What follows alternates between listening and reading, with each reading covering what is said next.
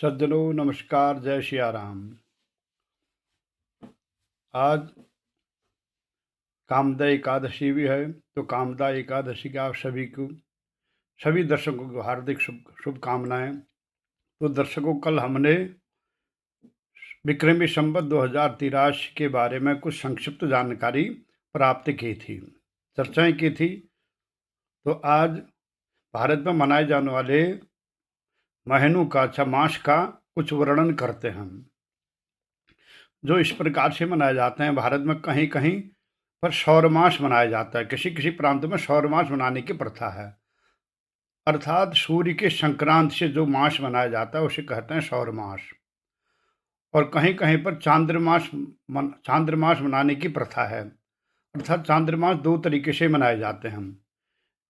और कहीं प्रांतों में पूर्णिमांत चांद्रमास मानते हैं, अर्थात वह लोग कृष्ण पक्ष प्रतिपदा से महीना प्रारंभ मानते हैं और पूर्णिमा को महीने की समाप्ति मानते हैं, अर्थात उनका महीना पूर्णिमा को संपन्न हो गया, ऐसा उनका मानना है। और कहीं कहीं अमांत चांद्रमान मानते हैं, अर्थात अमावस्या को वह अपना महीना पूर्ण मानते हैं, अर्थात शुक्ल पक्ष प्रतिपदा से वह महीना प्रारंभ मानते हैं और कृष्ण पक्ष अमावस्या को तो महीना पूर्ण मानते हैं।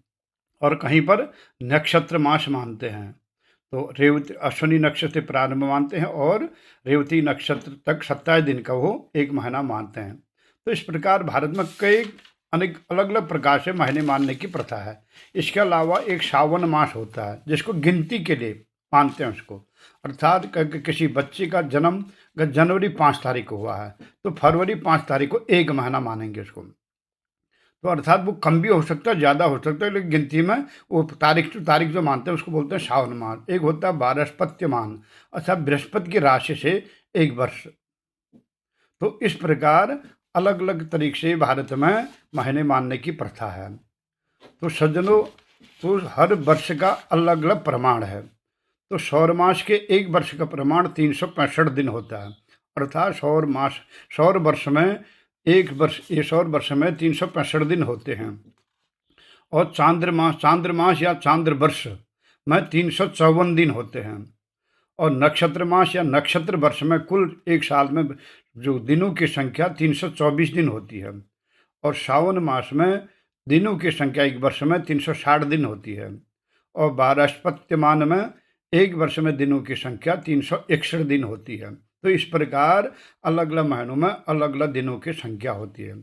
अब क्षय मास और के बारे में या क्षय मास और अधिक मास के बारे में चर्चा करते हैं। क्षय मास प्रायः 19 वर्ष के बाद आता है, उससे पहले क्षय मास नहीं आता है।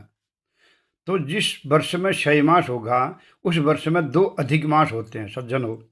एक क्षय मास से पहले अधिक मास होता है, एक क्षय मास के बाद में अधिक मास होता है। यह क्षय मास का वर्णन है। अब उसके बाद अधिक मास या पुरुषोत्तम मास भी कहते हैं, या मल मास भी कहते हैं, या मलिमलुच्च मास भी कहते हैं। तो इस प्रकार अलग अलग प्रांत में अलग अलग नाम से जाना जाता है। तो अधिक मास का वर्णन करते हैं आप। अधिक मास कैसे होता है? क्योंकि सौर मास और चांद्रमास की एक रूपता को लाने के लिए यह क्षय मास का हमारे प्राचीन ऋषियों ने इसका विधान बनाया था। क्योंकि न तो बहुत अंतर पड़ जाएगा सौर मास और चांद्रमास में, इसकी एक रूपता लाने के लिए, इनको बराबरी में लाने के लिए, का अंतर न पड़ जाए। तो इसी वजह से जो अधिक मास का उन्होंने इसकी रचना की थी। तो सौर वर्ष होता है 365 दिन का और चांद्र वर्ष होता है 354 दिन का। तो दोनों में एक साल में 11 दिन का अंतर पड़ जाता है सज्जनों। तो दो वर्ष में अगर एक वर्ष में 11 दिन का अंतर पड़ा तो दो वर्ष में 22 दिन का अंतर पड़ेगा और 3 वर्ष में 33 दिन का अंतर पड़ जाएगा। अब महीना होता है 30 दिन का। तो अर्थात 32 महीने के बाद तो प्रायः अधिक मास आ जाता है, अर्थात 32 माह के बाद यह 30 दिन पार कर लेता है। तो वहाँ पर अधिक मास की व्यवस्था की गई, अधिक मास होता है। अर्थात सौर मास को वहाँ पर रोक देना है और चांद्र मास को बढ़ा देना, क्योंकि चांद्रमास 33 दिन पीछे हो गया। तो उसको सौर मास की बराबरी में लाने के लिए जो व्यवस्था की गई, गणितीय व्यवस्था जो की गई है, उसी को बोलते हैं अधिक मास। तो क्योंकि सौर मास को आगे बढ़ाना और सौर मास को रोक देना, चांद्र मास को आगे बढ़ाना। तो इस प्रकार यह सौ जो अधिक मास की व्यवस्था की गई है। सज्जनों, जिसे आप अच्छी तरह से अवगत हो गए होंगे सही मास कैसे होता है और अधिक मास कैसे होता है। इसी प्रकार संवत्सरों को भी हम अलग अलग नाम से जानते हैं। तो कोई अधिक संवत्सर होता है, तो कोई लुप्त या क्षय संवत्सर होता है और कोई शुद्ध संवत्सर होता है।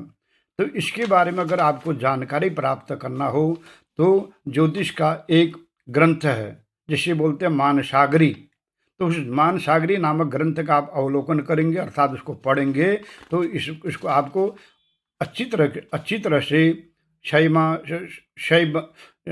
या लुप्त संवत्सर या अधिक संवत्सर या शुद्ध संवत्सर के बारे में जानकारी प्राप्त हो जाएगी। तो सज्जनों, तो शायद आप सभी क्षय मास, अधिक मास और भारत में मनाए जाने वाले मासों के बारे में अच्छी तरह से अवगत हो गए होंगे।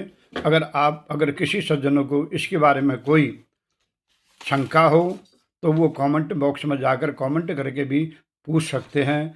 आज का चर्चा यहीं पर संपन्न करते हैं। अतः फिर किसी विषय पर मिलेंगे।